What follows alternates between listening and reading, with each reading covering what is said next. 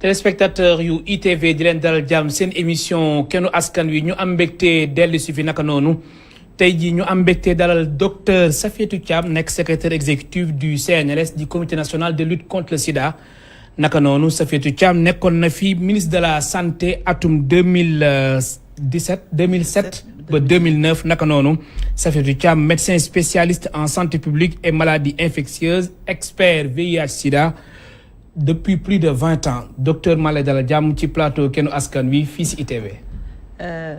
El Hadj Malick maa ngi lay fay. di la nuyu di nuyu waa ITV di nuyu seen téléspectateur yëpp. alors docteur yow nekkoon nga fi ministre de la santé ku ni docteur Safiétou Thiam sa xel dem si wàllum VIH sida sa xel aussi dem si wàllum CNLS loolu yëpp dañ ko yaatal ci kanam tuuti alors coronavirus tey jii mu am benn at fii si Sénégal. ñu gis ni ba mu fi duggee ba léegi décès yi toll na si 888 34 832 positifs 29 402 guéris ak 45 000 wala ak 4 541 sous traitement soo doon def taxaw seetlu ci feebar bi lan ngay wax docteur Safiétou Thiam. su ma doon def taxaw seetlu. oui dinaa wax ni depuis at coronavirus dafa ñëw bouleverser àddina bi. te li gën a xaw a jafe ci seetlu bi mooy gisuñu beneen cat bi xam nga dara day door nga gis cat bi ngay door ngay jàpp gis fa muy jeexee tey jii ni pandémie bi demee xëy na am nañu tuuti lueur espoir. ak vaccin yi door parce que dafay door juste suñu dëkk mais taxaw seetlu bi mooy gis nañ ni benn feebar bu bees ñëw na. bouleverser habitude yëpp parce que dafa nekk lu bees tax indi lu bees sur tous les plans sur le plan ñun ci niñ koy jàngate épidémiologie mooy feebar bi kan la war a dal xëy na après ci kon ni ñuy dem nañu ba jàngat sax ñan lay gën a faagaagal mais ñëpp la mun a dal yan organe ñu xalaat ni grippe lay commencé xëy na c'est une mauvaise grippe ñu gis ni après day nekk feebar boo xam ne day dem ci deret mooy ne day dem ci organe yëpp donc mun na jàpp cër yëpp mu nekk feebar boo xam ne man damay xalaat ni tant que jeexul tàkk danañ continuer di jàng ci feebar boobu mu nekk nag feebar boo xam ne jàngal na àddina bi lu bare ñu war si tirer ay leçons yu bari ñu tirer ci leçons yu bari jàngal nañu déjà humilité ñun scientifique yi mooy xamuñu lépp dañu foogoon ne xam nañ lu bari feebar bi ñëw wan ñu ne ñu xamuñu lépp donc leneen li ñu gis tamit mooy ni coronavirus ñëwee pareeguñu ak virus yi beneen virus dina ñëw xëy na ci beneen jamono. mais balaa ñuy xalaat sax beneen virus coronavirus ci boppam kañ lay jeex am nañu benn vague. foogoon ni day jeex deuxième vague ñëw troisième vague mun na ñëw bëgguma nekk oiseau de mauvais augure. oui waaye. mais ak vaccination bi peut-être xel mën na dalandi. xel mun na dalandi. oui mais à condition que. ñu vacciner au moins 60% de la population. En tout cas que 60% de la population am ay anticorps mooy soldats yi nga xam ne ñooy xeexal. seen loolu mooy indi boo amee benn nit du am xëy na keneen ku mu ko wàll loolu mooy tax feebar bi reculer donc vaccination bi dinañu teel a indi ci loolu ak ñiy feebar aussi dinañ jouer ci immunité collective boobu ñuy wut pour que feebar bi reculer. donc taxaw seetlu coronavirus am na tiital nañu wan nañu yu metti mais également am nañu ay jàngat yu bëri yu ñu ci def. mooy que ni maintenant il faut aller à l'essentiel. oui c'est-à-dire. il faut aller à l'essentiel mooy tey jii priorité santé mooy nag ñu wut ay jumtukaayu santé. je pense que commencé nañ ko. wut hôpitaux yu baax. wut matériel yu baax. wut ay plateau médical yu relevé. coronavirus moo tax ñu daw di wuti ci ay respirateur loo xam ne dañu ko waroon am depuis bu yàgg xam nga. ñu war a améliorer aussi suñu ay conditions de vie des employés de santé ñoom ñu gën leen motiver gën leen déglu également gën a déglu les experts en santé donc yooyu yëpp je pense que mooy retombée positive au coronavirus bi. waaw et aussi la solidarité mondiale la solidarité internationale. tey jii coronavirus jàngal na àddina bi yëpp. ne benn dëkk bu am doole rek loo am doole mënuloo aar sa dëkk ba coronavirus du jógee Sénégal fekk si la wala du jógee Chine ñëw fekk si waa Sénégal donc je pense que tey jii borom xam-xam yi am na jàngat yu bëri yoo xam ne war nañ ko mën a def ci épidémie coronavirus bi. alors docteur Safiatou Thiam si sa gis-gis lan moo waral retard bi ndax da nga ni coronavirus jàngal nañu lu bëri ba nga xamante ni suñu structure hospitalière yi naam sax état bi ñu ngi def ay jéego waaye moo nañ ko dépassé naka noonu aussi suñu plateau médical bi si sa gis-gis lan moo waral ba Sénégal mënul àgg ba yenn stade yi. xam nga man bëgguma toujours ñuy génne diw moo tax wala lii moo tax. Sénégal d'abord pays sous-développé la. pays sous-développé mooy pays boo xam ne dafay tànn ci ay priorité am. danañ tànn priorité mais xëy na boo demee jàngat ci dépense en santé déjà dépense dans les hôpitaux nga gis ni hôpitaux yi état mi ngi leen di jox bu baax subvention. mais hôpitaux yi ni mu structuré presque li ëpp ci subvention yi su ma waxul da am na ay hôpitaux yoo xam ne 100% de la subvention boo moytul mu dem ci ay salaire ak ay indemnités 100%. presque ba nga xam ne ci salaire en tout cas ak fonctionnement ba nga xam ne foofu investissement du fa am même bu ñu bëggoon scanner après dañuy wax ni il faut que état bi jëndal leen scanner alors que hôpitaux yi dañ leen taxawal pour ñuy fonctionner moo tax ñuy établissement public de santé pour ñuy fonctionner comme ay établissement yoo xam ne mën na am état dana leen jàppale ci subvention mais également ñoom ñu am seen ay ressources propres wuti seen ay partenaires pour am seen plan de développement mais tey jii mënuñu ko def parce que xëy na ressources humaines yi diis na fonctionnement bi diis na ci hôpitaux yi donc c'est un tout mënoo wax rek kii moo deful lii kii moo deful lii hôpitaux yi déjà dafa diis ci budget ministère de la santé ressources humaines diis na ci budget ministère de la santé te budget Sénégal budget pays Sénégal budget wu pays pauvre la qu'on le dise on a beaucoup d'ambition bëgg nañu yeggal suñu dëkk yi fenn fi mais tey jii pour investir dans la santé il faut pas que ñuy toog rek di xaar budget état il faut de nouvelles ressources loolu c'est clair il faut que xaw ma ndax ressources minières yi lay doon xaw ma ndax ressources pétrolières en tout cas il faut une politique qui dit que ñun lu ñu am ci pétrole bi wala lu ñu am ci mine yi wala lu ñu am ci zircon bi wala dara danañ jël tel pourcentage investir ci santé ça il faut pare guma de ci financer santé bi j'ai dit il y a le budget de l'État mais buñ ci compter moom kese du doy mais mën nañ compter aussi si PPP par exemple voilà ci laa jëm il faut que ñu nangu déjà privatiser yenn domaine santé yi lu demee ni ki laboratoire yi lu demee ni ki partie imagerie bi yu demee noonu et aussi parce que le privé tamit buy investir il faut que mu investir ci loo xam ne dina ko jural dara kenn bëggul investir à perte te suñu hôpitaux yi ni mu structuré woo boo ci defee sa xaalis da ngay perte parce que bu fekkee ni presque lépp dafay dem ci fonctionnement ak salaire ak ay indemnité da ngay perte donc privé yi dañuy bëgg investir ci loo xam ne dina leen jural dara mais donc loolu aussi lu ñu war a explorer la leneen li man au début avant coronavirus dama xalaatoon que ni bon il faut ñu génn ci loolu mais de plus en plus la solidarité mondiale il faut que di yeneen dëkk yëpp xam ni dañu war a jàppalante parce que mën nga nekk tubaab ñëw di liggéey Sénégal nga feebar fi mais balaa ñu lay yenu di la delloo sa dëkk effectivement xëy na ñu faj la fii mooy gën a yomb donc il faut que ñu xool en tout cas naka la ñuy def ba jàppalante bi gën a dëggu ñu jàppale ñu voilà ñu jàppalante parce que ñun tamit am na xëy na feneen fu ñu leen mun a jàppale te certainement ñu ngi leen fay jàppale mais si investissement si structure de santé yi j'ai dit les hôpitaux mais aussi les centres de santé ak niveau bu nekk daal bu nit toll soins yi mu soxla ñu jox ko. am na solo alors si leçon yi nga xamante ne Sénégal war na ko tirer évacuation sanitaire jàpp nga ni aussi war na si bokk ndax évacuation sanitaire nekk na lu ñu sonal te jamono ji moom wala jamono yi si ginnaaw am na ay borom barke wala ay kilifa yi nga xamante ni suñu feebaree duñ mën a génn réew mi est-ce que tamit loolu jotul ñu saytuwaat ko bu baax. xam nga évacuation sanitaire ku li àlli dina am. dina am parce que atteindre gu ñu xëy na niveau yëpp xëy na am na service yoo xam ne mën nañ ko soxla te il faut que ñu wuti ko feneen man. je suis pour ñu am benn maillage boo xam ne en tout cas l'essentiel danañ ko am suñu dëkk.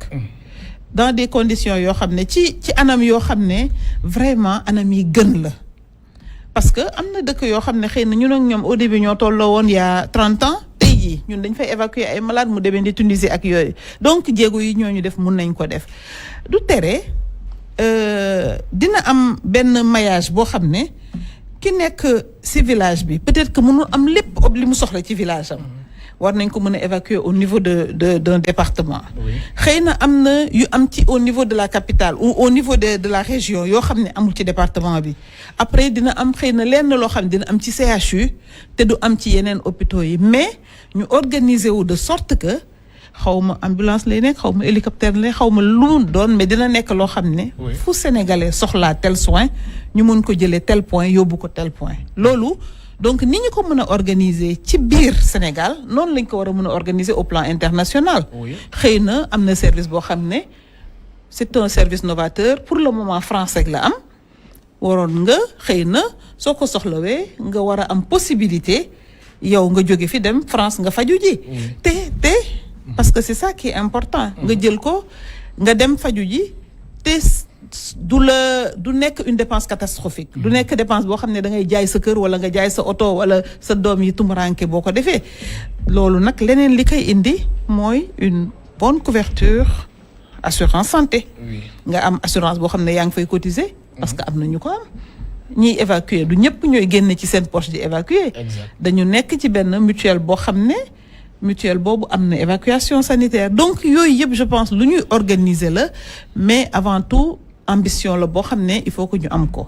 alors gestion wu coronavirus gestion wu crise sanitaire bi nanga nga gisee par rapport ak li fi jot a am mesures yi restrictions yi couvre-feu état d'urgence. D'abord la gestion en tant que telle. gis nga gestion bi man sax du ma hasardé wu di wax ndax baax na wala baaxul. je pense que ni ñu defee noonu la ñu mën a defee parce que c'est une gestion boo xam ne dañu doon def di jàng en même temps. loolu moo tax ma ne la coronavirus daf ñu jàngal humilité. c'est une gestion du learning by doing da ngay jàng ci def bi ngay jàng. di changer di rectifier man moo tax soo waxee ni man bi mooy sama stratégie du ma ko changer loolu amul fenn. da ngay teg stratégie. muy changer au fur et à mesure muy changer au fur et à mesure. donc teg nañu stratégie Sénégal tàmm nañu xëy na peut-être même souvent mieux que pays européens parce que ñoom amuñu woon les maladies genre feebar yi di leen sonal nekk ay épidémies yu demee noonu. donc ñun tàmm nañu cette approche de santé publique pour gérer les maladies. léegi dañuy dem ba ci biir ñu gis ni am na fenn fu mu sooxee ñu rectifier mooy bi ñuy commencer xëy na c'était juste une gestion institutionnelle après ñu jékki-jékki ñu ne il faut communautaire yi dugg. il faut que ñu changer lii il faut que ñu def lii donc man ce que je sais mooy que ni kenn amul la bonne stratégie. ñëpp dañuy jéem te ñëpp ñoo bokk fi ñu jëm objectif bi mooy ñu régler problème coronavirus. donc li ñu war a ñun ñëpp wone rek mooy que ni xamuñu woon feebar bi jàngal nañu yu bare. te jeexagul parce que feebar bi jeexagul comme jeexagul dañuy continuer jàng ba mu jeex. ñu toog nag évaluer analyser segg ne beneen yoon bu coronavirus ñëwee nii lañ koy xeexee. te bu boobaa dina gën a yomb dina gën a gàtt. mais bii pour wax ni ñun ñoo xam naka la. vraiment yëf bi muy ñëw kenn xamul naka la. alors jamono ji couvre-feu coow li bëri na am ñu jàpp ni amul benn effet bu muy def si feebar bi alors yow Safiatou Thiam nekkoon ministre de la santé atum 2007 ba 2009. sa gis-gis nga nekk secrétaire exécutif du CNLS Conseil national de lutte contre le sida sa gis-gis ci wàllum couvre-feu bi lan la. d'abord confinement. scientifique yi wax nañ que ni confinement dina arrêter dina stopper transmission bi. kon confinement. yow nga gën a favorable. non voilà. Sénégal mënul am confinement. conditions yi loolu c'est théoriquement. oui. maintenant ñun Sénégal mënuñu am confinement. ñu ne nañu def couvre-feu man. toujours bu ñu jëlee mesure dama ci seet vraiment li nga xam ne moo ci positif xam nga couvre-feu bi lan moo ci positif. mooy que ni circulation virus bi dina taxaw. dina taxaw de telle heure à telle heure. de 21h à 5h. voilà bu dee virus bi dafa daan circuler 24 heures sur 24 léegi xëy na 18 heures lay circuler période couvre-feu bi 8 heures la xaw ma ñaata heure boobu au moins affaire yi taxaw. xëy na dana wàññi d'un petit pourcentage le risque de transmission. Maintenant corollaire bi mooy xëy na loo xam ne kenn mënu ko maîtriser parce que nit ñi heure bi ñu ngi daw.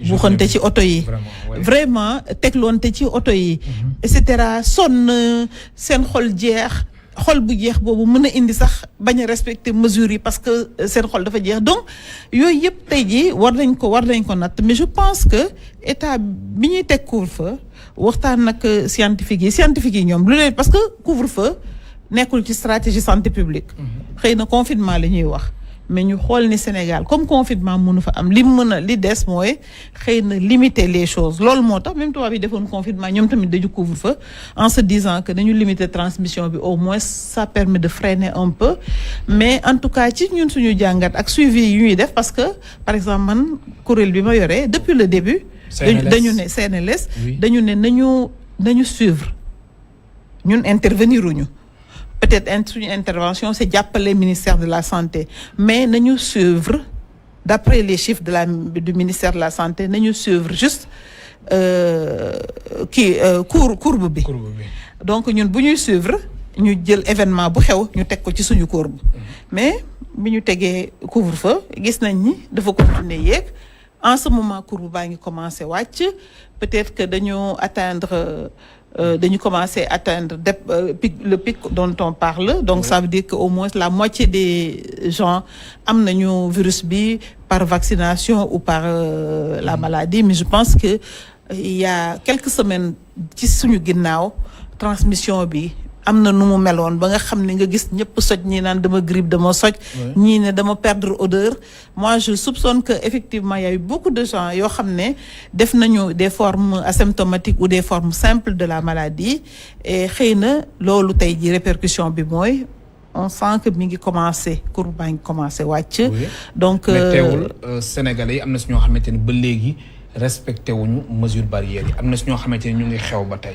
mais loolu moo tax mu nekk benn problème. loolu moo tax. oui dans 6 mois dans 8 mois bu seen ay anticorps yi demee lu tax ko coronavirus du ñëwaat. loolu moo tax ma ni on peut craindre une 3e vague. donc on peut craindre une 3e vague. parce que bu ñu changé wul comportement. ak lu fi vaccin bi nekk yëpp. su dee vaccin bi dina protéger. pour le moment lu ñu xalaat ay 8 mois à 1 an. mais pour que vaccin bi efficace également il faut que ñun ñëpp ñu vacciner ndoo parce que yow soo vacciner tey après ñeneen ñi vacciner wu dans 8 mois bu ñooñu di vacciner wu xëy na yow tu n'es plus couvert donc est-ce qu'il faut recommencer à zéro est-ce que parce que bu fekkee ni vaccin bi 8 mois la lay couvrir dans 8 mois bu fekkee ni la stratégie de vaccination on déroule ça sur 1 an ou sur 2 ans moment bi ñi mujj di vacciner wu ñi njëkkoon vacciner wu xëy na amatuñu immunité tout dépend maintenant de combien de temps le vaccin bi di couvrir donc li gën tey jii man maa ngi lire ni dans le monde il y a 94 millions de personnes yu vacciné wu donc ñoom ñu ngi gaawantu kañ lañ commencé mois passé donc ñi ngi gaawantu li gën a efficace mooy ñëpp vacciné ndoo ci diir bu gàtt. te Sénégal mu ngi toll ci 35 299. waaw donc et te pour le moment c'est que des agents de santé.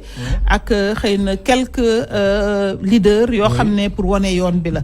mais la demande de vaccination est là.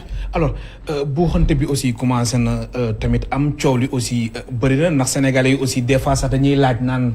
entre guillemets est-ce que xam nañ lu ñu bëgg am ñu doon coow ni foog kilifa yi vacciné wu ñu soogay vacciné wu am na ñeneen ñuy coow tamit ni mbir mi dafa am benn groupe bu nga xamante ni ñoom ñooy vacciné wu alors loolu noonu nga gisee Safiatou Thiam. man de j'étais convaincue depuis le début.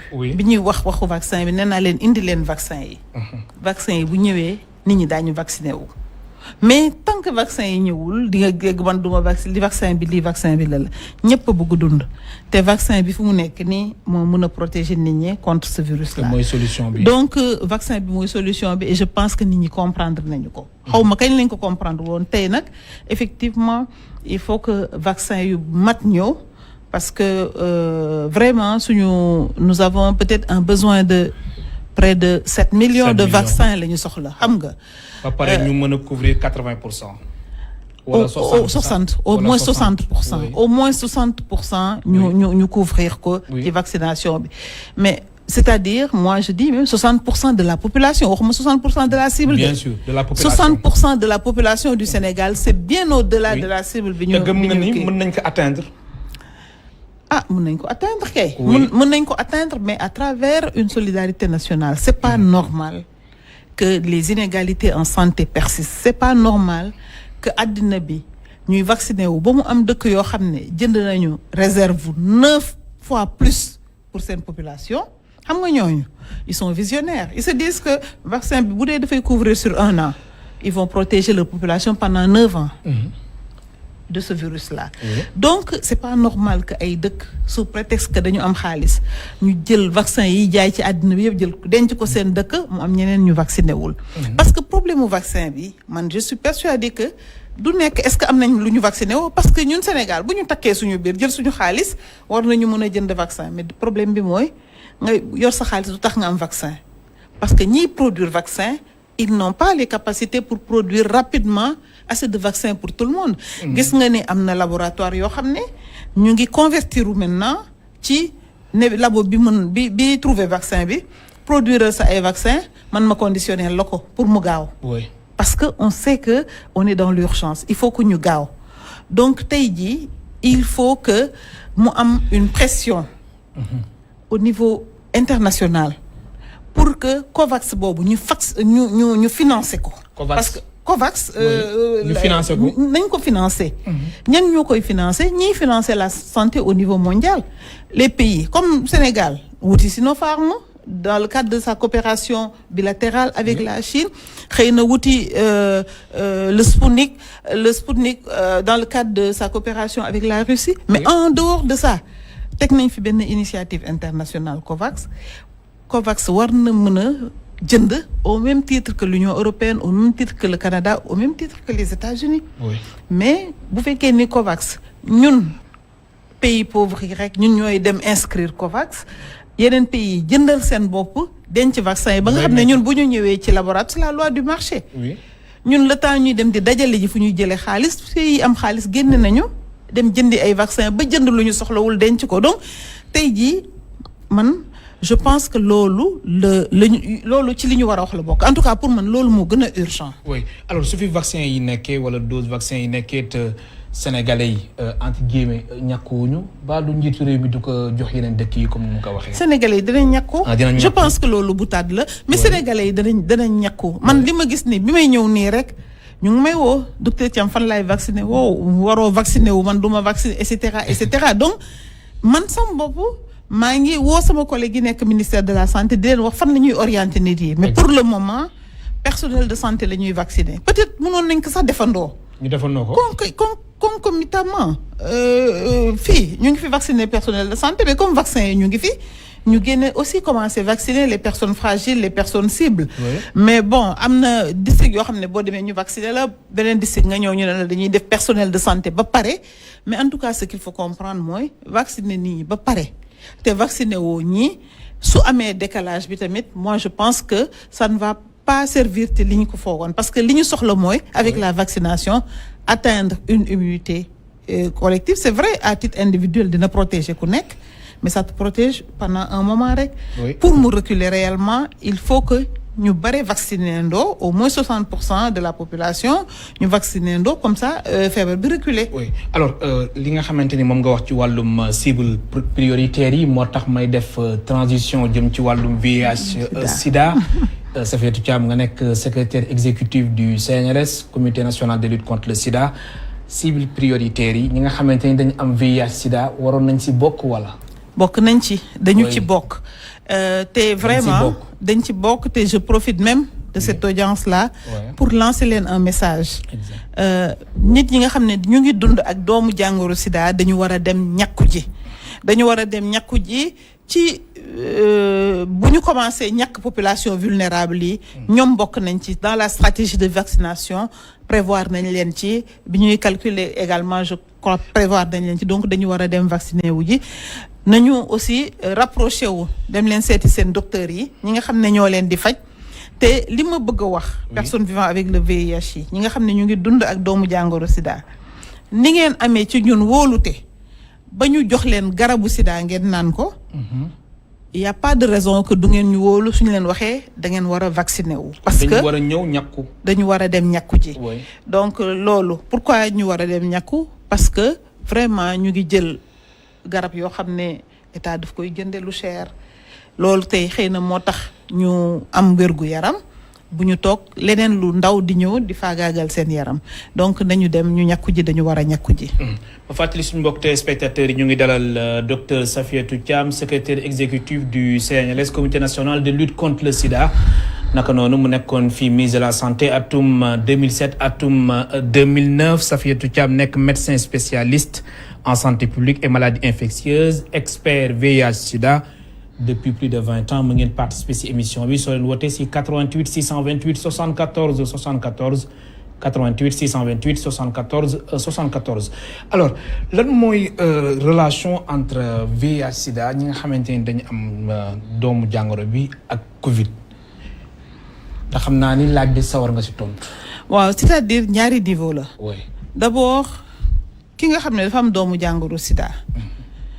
mënuñu wax ni doomu jàngoro sida day tax Covid gën ko yàpp mais su amee Covid surtout bu fekkee ni du jël ay garabam normalement dina indi problème yi ñuy wax ak comorbidité Sénégal moom léegi foog naa xam nañ luy comorbidité mooy nga am beneen feebar boole ci Covid. Donc dañu xalaat ni loolu bu amee nit ki déjà sida bi dina ko sonal ba pare Covid ñëw.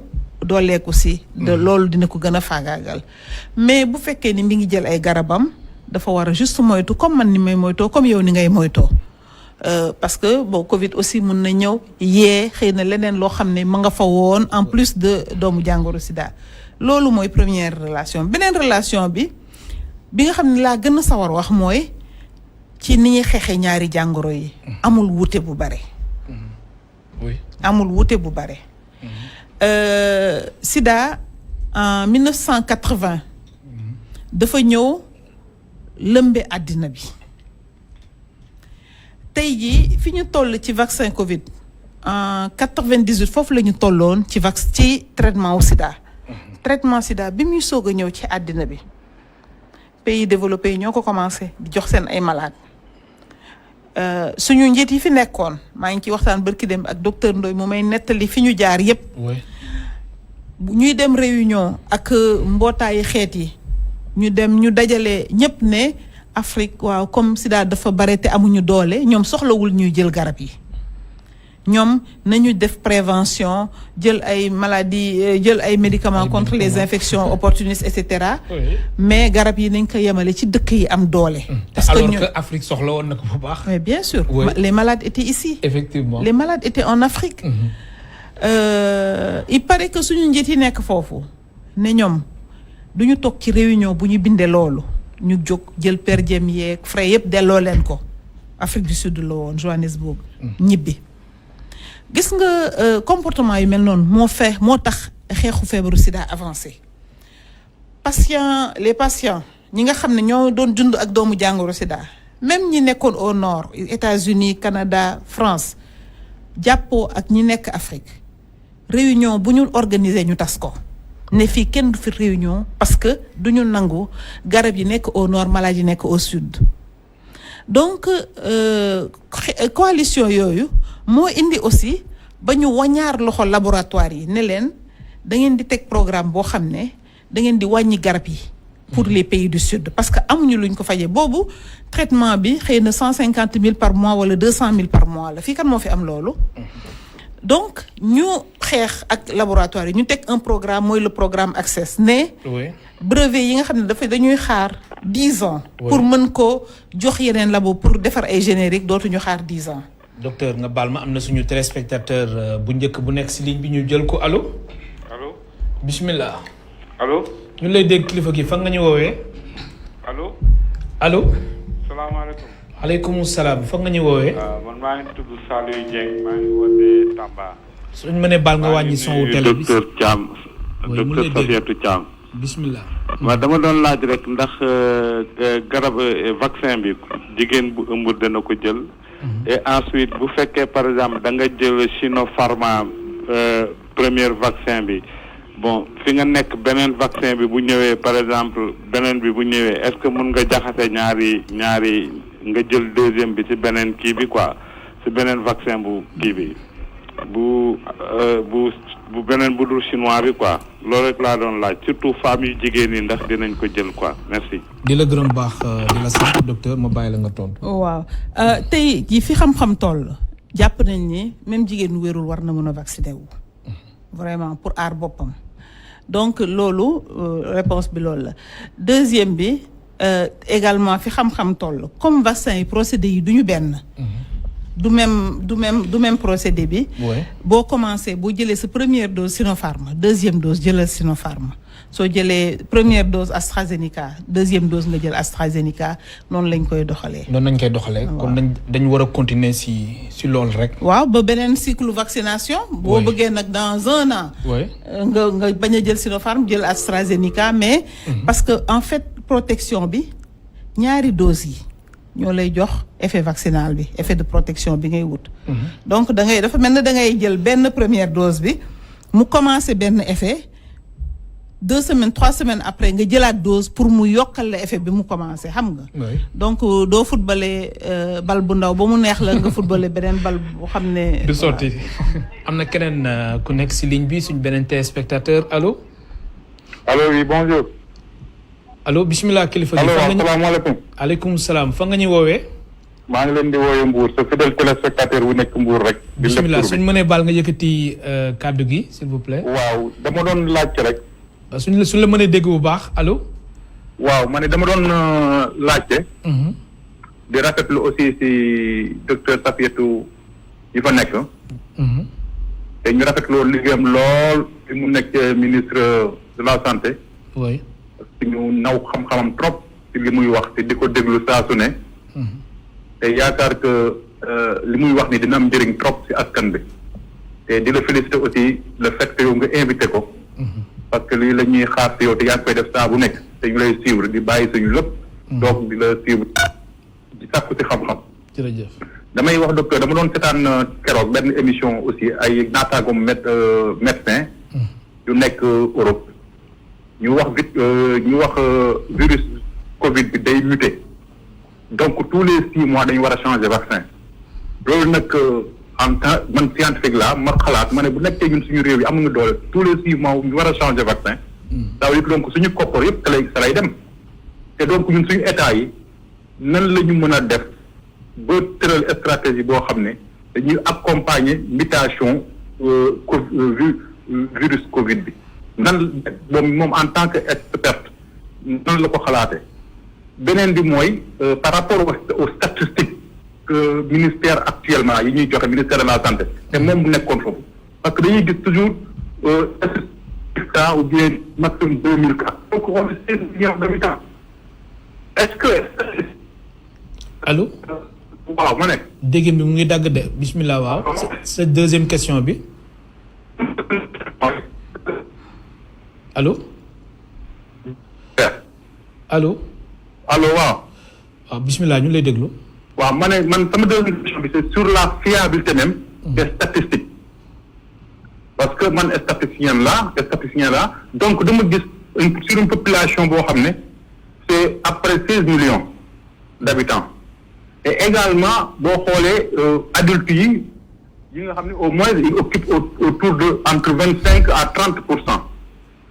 ñu siy testé seulement ay maximum 2000 personnes ça me cause problème jusqu'à quand on pourra faire des tests en masse pour xam exactement feebar yi fan la toll ci dëkk bi loolu laa bëgg laaj docteur te di rafetlu teewam trop te di rafetlu xam-xamam parce que xam naa vraiment li muy def mën na ko te li muy wax aussi xam na ko. di la gërëm baax di la sant nga nuyu ñu waa Mbour docteur Safiatou. waaw naka la ñu mën a def ba prévoir mutation yi. oui. kenn mënul def dara. parce que mutation yi dafa bokk ci virus yi ni ñuy dundee. même virusu sida bi ci may ciy liggéey dafay muté léegi mutation yi dafay am signification différente en fonction de fan la muté xam nga mutation mooy lan virus yi dañuy répliquer wu mooy dañuy multiplier wu léegi multiplier wu mooy par exemple couvert bi day jékki-jékki multiplier wu def ñaari couvert am na nombre de mutation boo xam ne su ko defee day def erreur une petite erreur boobu mooy mutation bi nga xam ne mën na nekk ci partie virus bi nga xam ne moom fa la virulence bi nekk wala mu nekk partie virus boo xam ne fa la résistance virus bi nekk et cetera donc li ñuy ñaan mooy xëy na mutation yi bañ a affecté xëy na résistance virus bi boo gisee ay variant sud-africain ak brésilien léegi am na variant français yooyu yëpp dafa dem muté wu ci fi virulence virus bi nekk nga xam ne virus bi day gën a virulence bi mooy mu gën a gaaw a wàlle gën a gaaw a wàlle gën a gaaw a faagaage parce que dafay gën a gaaw mais mën na bañ a affecté li nga fa nga xam ne fa la ñuy produire mooy protéine bi nga xam ne moom la ñuy vacciner nit ñi pour mu produire anticorps bi protéger nit ñi ba nga xam ne ñoom bi ñuy defar virus bi duñu jël variant yooyu dañu dem jël souche de départ bi souche départ mooy souche bi njëkk a joxe Covid-19 boobu la ñëpp jël defar ci vaccin en espérant que mutation yi du affecter efficacité wu vaccin yi maintenant comme li may wax kenn xamalul virus bi lu bare il faut que ñu prévoir effectivement rapidement di def ay rapidement di préparer ay vaccins yu différents chaque année parce que loolu également xam nañ ko dans le cadre de la grippe vaccin bi dafay changer chaque année donc nit ki dafay vacciner wu chaque année loolu moo tax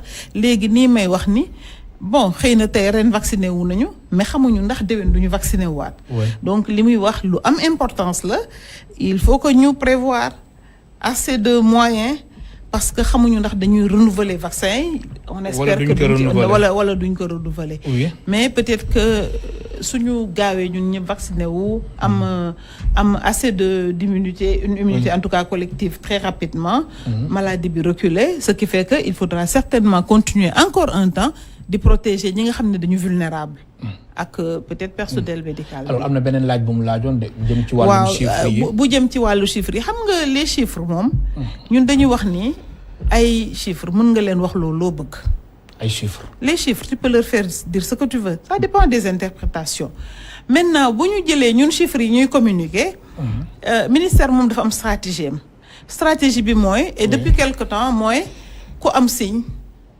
ñu tester la soo positifé bu ñu yeewoo ñu rendre compte ñoom genre compte rendu la ñuy def maintenant dans l'interprétation man wax naa la man damay suivre chiffres yi parce que je me dis comme stratégie bi changé wul depuis le début donc même bu fekkoon dañu def erreur ci début bi bu ñu toppee tendance yi même erreur bi mooy continuer li ñuy wax erreur systématique donc c'est pas grave au moins di nga gis tendance bi di nga xam ni yéeg na même bu dee yéeg na xëy na àggul niveau réalité bi parce que même ministère ñoom xam nañ ko xam nañ ni jotuñu ñëpp donc chiffres yi ñuy joxe du ñëpp ñi am Covid léegi nii maa ngi wax ni c'est sûr que am na ñu bëre ñoo xam ne dañu asymptomatique donc boo leen testé woon ñu positif am na ñoo xam ne grippe nañu toog seen kër ne dama socc rek mais après nga dégg kii ne man dama jékki-jékki amatuma odeur yi dootuma xeeñ et cetera donc il y a beaucoup de gens certainement nit yu bëre yoo xam ne am nañu Covid te xëy na sonalu leen faj nañ seen bopp parce que traitement bi aussi pour la Covid simple c'est comme un traitement de la grippe et cetera donc chiffres yi c'est sous-estimé mais ñi koy joxe xam nañ ni c'est sous-estimé donc li ci am solo mooy xool tendance bi est-ce que mi ngi yéeg est-ce que mi ngi wàcc li ma gis ci en tout cas ci man li may seetlu mooy depuis une semaine dafa commencé wàcc may ñaan yàlla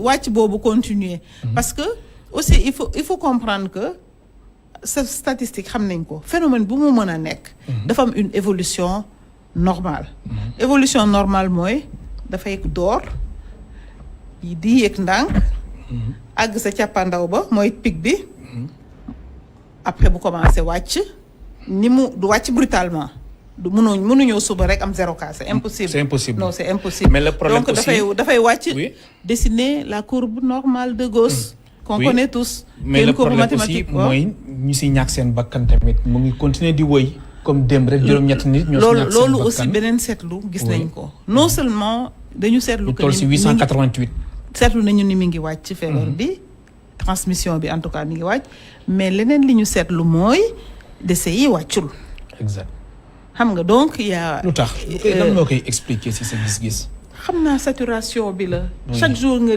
ma dégg rajo yi di wax naan waaw dem nañu hôpital bi amuñu lii place amul wala woote nañ place amul mais docteur bi lan ngeen bëgg mu def ko su place amul xam nga mënoo créer place parce que aussi docteur bi dafa am obligation de moyen dafa bëgg teg koo xam ne tegul nit ñi rek pour teg la ci place nga faatu suba dafa la fa bëgg teg fenn foo xam ne dina la mën a faj nga wér bu leen fàtte ni moom tamit nit la dafa am xol munoo di faj ay nit ñuy dee rek donc soo amul place amuloo place xëy na toll nañ fenn foo xam ne et puis da ngeen koy dégg sax ci médiatoire bi ñu koy wax di wax ni capacité lii de réanimation lii la ñu am donc atteindre nañ ligne rouge il faut pas que ñu atteindre lii Sénégal c'est pareil et peut-être que xëy na suñu population bëriwuñu mais également suñu capacité lii de réanimation yi bëriwul noonu donc day am benn moment yoo xam ne les services sont saturés day am moment yoo xam ne aussi les agents sont épuisés il faut ñu xam ko depuis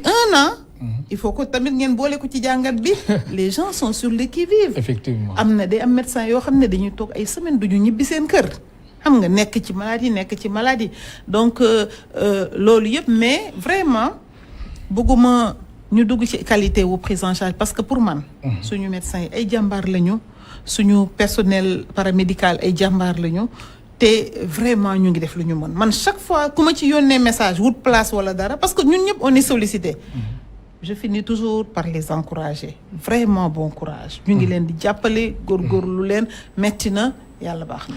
alors docteur Safiatou Thiam daanaka simili yi jeex na mais foog ñu wax ci perspective CNLS comité national de lutte contre le sida daaw nañ fi dégg ci ginnaaw objectif 90 90 90 léegi objectif wala tamit perspective CNLS lan la. perspective yi dinaa si dellu si nag xam naa ci beneen émission ndax. bientôt ñu génne suñu rapport. rapport bi wane fan la ñu toll ci 90 90 90. xalaatoon nañ ci àgg. en fin 2020 parce que c'était en fin 2020 mais ñu ngi sur le terrain jóge na ñu ngi analyser données yi pour xool est-ce que Covid bi fagaagul pour ñu àgg ci 90 90 xëy na deuxième 90 bi mën nañ ko jege wala ñu àgg dinañ fa àgg mais premier 90 bi mooy nit yi nga xam ne dañ leen war a dépister vraiment amoon nañ problème pour que nit ñi dem dépister wu parce que beaucoup de raisons mais surtout déplacement yi limité woon na nit ñi dañ leen wax toog leen seen kër donc mu doo wax nit ñi toog leen seen kër ba pare dina génn leen dépisté wu góorgóorlu nañu bu baax ci joxe garab yi donc loolu moo tax ma ne deuxième 90 duñ ci am problème parce que tegoon nañ stratégie sax mooy ku mënul ñëw jël si garab yi ñu yóbbul la sa garab mais pour nit ñi ñëw dépisté amoon nañ si ay problème donc danañ génne suñu rapport te vraiment bu boobaa balaa yàgg waaw balaa yàgg d'ici fin mars au plus tard début avril bu ñu génnee suñu rapport dinaa leen ko yónnee et puis su ngeen ñu woowee dinañ mën a waxtaan ak yéen ci perspective yi xam nañu fi ñu jëm fii ba 2023 am nañu ay ressources yu bees pour la lutte contre le sida jot nañu plus de 15 milliards suñu partenaire principal l'État s'est engagé également à faj en tout cas état mooy jënd genn wàllu ARV yi état mooy financer fonctionnement wu CNLS rétroviraux yi waaw état bi moo koy financer te ñun actuellement dañu orienté wu ci test traité c'est-à-dire ku feebar ñu jox la garab ba pare vraiment yombalal la nu mu gën a yombee jël garab yi s'il le faut suñu amee sax jox la 3 weer ba juróom-benn weeri garab pour bañ a sonal nit ki ak ay rendez-vous pour mu ñëw hôpital donc yooyu yëpp ci suñu ay perspectives la bokk. docteur Safiatou Thiam maa ngi lay gërëm baax di la sant. maa ngi lay gërëm man tamit. mu nekkoon docteur Safiatou Thiam secrétaire exécutif du CNRS comité national de lutte contre le sida nekkoon fi ministre de la santé atum 2007 atum 2009 nekk médecin spécialiste en santé publique et maladies infectieuses expert VIH/sida depuis plus de 20 ans. am na tamit yeneen yi nga xamante ni jaar-jaar yu nga xamante ni yu am solo macha allah am na ko mais dañ si jot rek lim li nga xamante ni moom lañ fi jot lim léegi di ko gërëm baax di ko sant. mbokk téléspectateurs yéen tamit ñu leen di gërëm baax di leen sant amul seen fay ba suba incha allah ñeenti waxtu.